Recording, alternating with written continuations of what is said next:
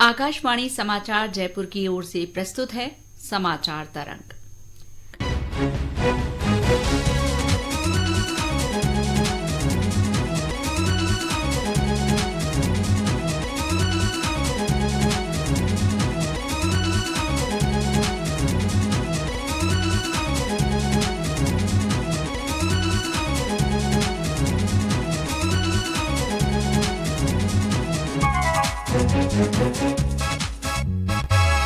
नमस्कार श्रोताओं, स्वीकार कीजिए अभिवादन शीला चावला का। श्रोताओं, चुनावी मौसम आने के साथ ही गर्मी ने भी दस्तक दे दी है। हमारे मरु प्रदेश के लिए गर्मी कई तरह की चुनौतियां लाती है और इस बार तो मार्च में ही पश्चिमी इलाकों में एक दो जगह लू के हालात पैदा हो चुके हैं। तो ऐसे में सर्दी से गर्मी के इस ट्रांजिशन पीरियड में हम अपने आप को किस तरह चुस्त दुरुस्त रख सकते हैं, इसी के बारे में हम आज के समाचार तरंग में बात करने वाले हैं। और हमारे आज के मेहमान हैं वरिष्ठ आयुर्वेद विशेषज्ञ वैद्य श्री सत्यनारायण तिवारी जी। तिवारी जी, आपका आकाशवाणी जयपुर के स्टूडियो में बहुत बहुत स्वागत है। धन्यवाद। श्रोताओं, आज की इस चर्चा में मेरा साथ दे रहे हैं मेरे सहयोगी और आकाशवाणी के वरिष्ठ संवाददाता डॉक्टर जितेंद्र द्विवेदी। आपका भी स्वागत है जितेंद्र जी। धन्यवाद शीला जी। तिवारी जी, हम सबसे पहले आपसे यही जानना चाहेंगे कि एक ऋतु से दूसरी ऋतु में बदलाव का समय सेहत के लिहाज से बहुत ही नाजुक होता है, तो ऐसे में हमें किन किन बातों का ध्यान रखना चाहिए? अभी वर्तमान में जो हमारा ये एक ऋतु से दूसरी ऋतु में परिवर्तन हो रहा है जी। ये ऋतु संधि में कुछ लोग जैसे थोड़ा लापरवाही कर लेते हैं, बच्चों के लिहाज से भी और बुजुर्गों के लिहाज से भी, दोनों को हमें ज्यादा देखना पड़ता है। इन समय में बच्चों की जैसे स्कूल की छुट्टियां हो जाती हैं तो बच्चे भी थोड़े फ्रीनेस महसूस करते हैं। अब वो खान पान में भी थोड़ा सा पूरा अच्छी तरह से उनको ध्यान रखना पड़ता है। अब रखेंगे तो माँ बाप, गार्जियन ही रखेंगे। इसी तरह से बुजुर्गों के लिए भी हम यही कहते हैं कि भाई बुजुर्गों को इन चीज़ों से बचना चाहिए। अब सबसे ज़्यादा जो ज़रूरी चीज़ें हैं वो ये हैं इस मौसम के हिसाब से कि वजह से आपका ऋतु संधि काल प्रारंभ हो गया, तो सबसे पहले हमें रहन सहन के अंदर थोड़ा सा ध्यान देना पड़ेगा। सूर्योदय के थोड़ा पहले हम अगर जल्दी उठें, थोड़ा सा घूमना फिरना करें, टहलना करें, थोड़ा सा पानी 1-2 गिलास ज़रूर पीना चाहिए सुबह सुबह उठते ही। और मॉर्निंग वॉक जिसको हम लोग कहते हैं वो सूर्योदय से पहले अगर पूरी हो जाए तो वो और भी ज़्यादा फायदेमंद होती है हमारे शरीर में, क्योंकि उस समय हमें एक लॉट में ऑक्सीजन मिलती है।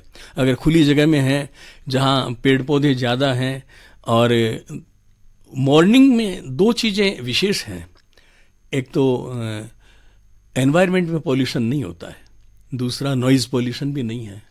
तो इन दोनों के नहीं होने से बाकी की जो भी हमारे शरीर में फायदेमंद चीज़ें हैं वो पूरी की पूरी मिलेंगी, जैसे ऑक्सीजन है। तो और हमारे जो रक्त का संचार है वो सुबह सुबह के समय में हम अगर थोड़ा सा ज़्यादा बढ़ा लें तो पूरे दिन के लिए हम एनर्जेटिक रहेंगे जी।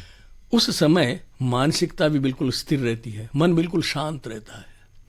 और ऐसे वातावरण में अगर हम बैठ के कहीं पहले हम थोड़ा सा मूवमेंट करें, घूमना फिरना बराबर करें, एक तरह से जैसे 12-1 बजे के बाद में हमें ऐसा महसूस होता है कि इतनी गर्म हवाएं हैं, तो सुबह और दोपहर के टेम्परेचर में जितना ज़्यादा गैप होता है तो उस हिसाब से बीमारियों का बढ़ना स्वाभाविक है जी। अब इस हिसाब से अगर हम देखें तो लू लगना एक बीमारी है, अपच होना एक बीमारी है, इसी के मतलब अकॉर्डिंग होती है ये।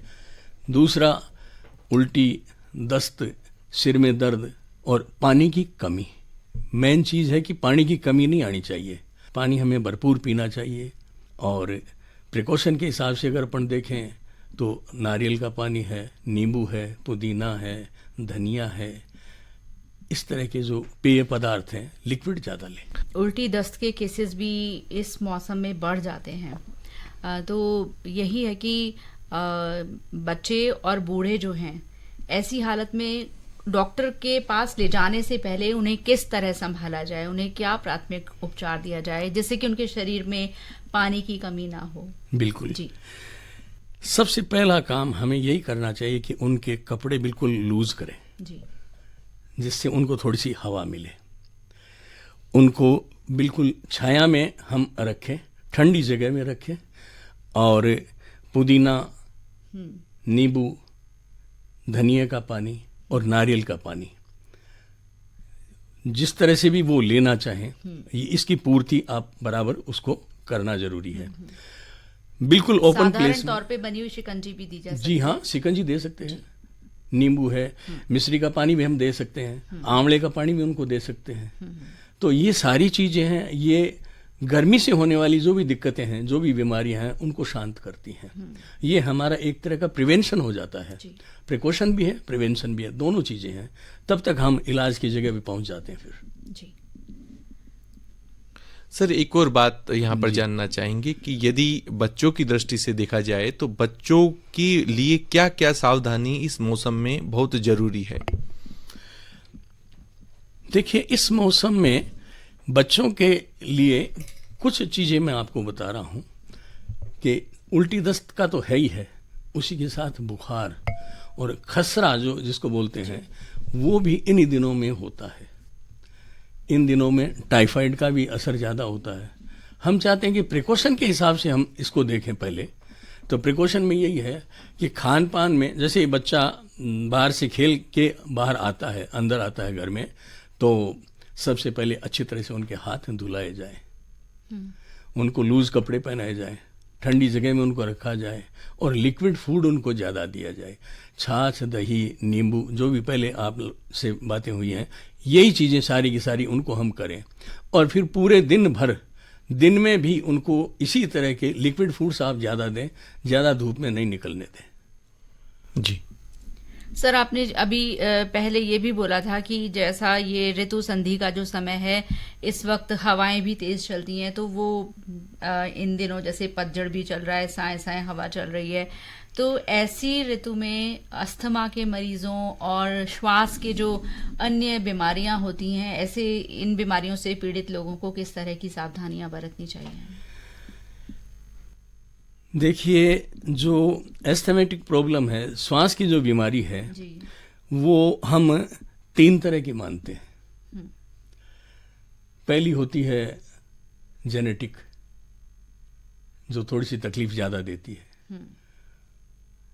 दूसरी होती है कैजुअल, किसी वजह से आपको हुई हो, जैसे आपकी किसी चीज से एलर्जी है, स्मेल से है, कुछ चीज खाने से है, या कुछ इस तरह से है।